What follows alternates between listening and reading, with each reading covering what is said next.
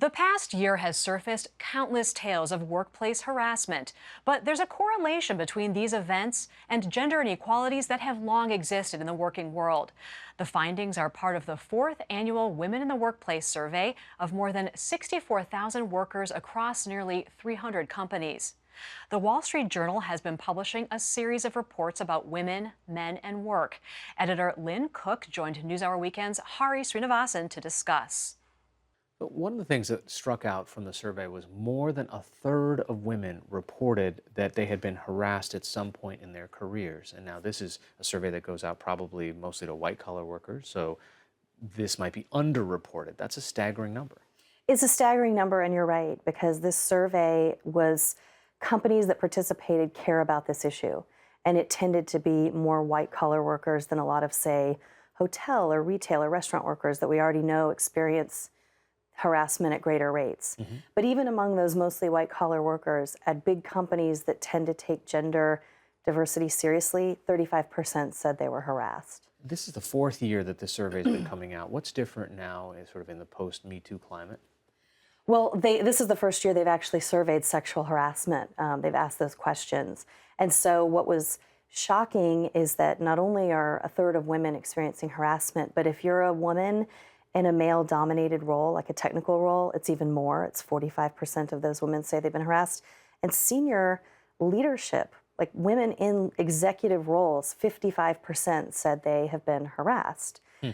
There's a company called Conversant that runs these hotlines where people can call in their complaints, and the calls jumped by 72% in this last year. So there was a huge uptick. One of the survey questions you asked, needing to provide more evidence of my competence than others do. 44% of women said yes, only 13% of men said yes. Right.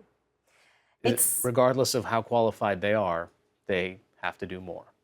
That's the feeling that's at least what this data is showing, that, sexual harassment aside, there are other kinds of discrimination that women are constantly struggling against. It's maybe more subtle, and a lot of it might be, unintended, but women often get mistaken for more junior people. They feel they have to say, really fight to be heard in meetings. They're frequently feeling like they have to, especially if they're one of the fewer women that are in these meetings where the decisions are being made. Right. That's another piece of the data that was really interesting this year. This idea that if you're the only one in the room, the only one on your team, the only one in your building in some cases, for like Black women especially, you experience work in a very negative way. And it might not be outright harassment, but again, these more subtle forms of discrimination. So when you're the only one in the room, those women said they were less likely to even stay at a job. They actually think a lot more about leaving.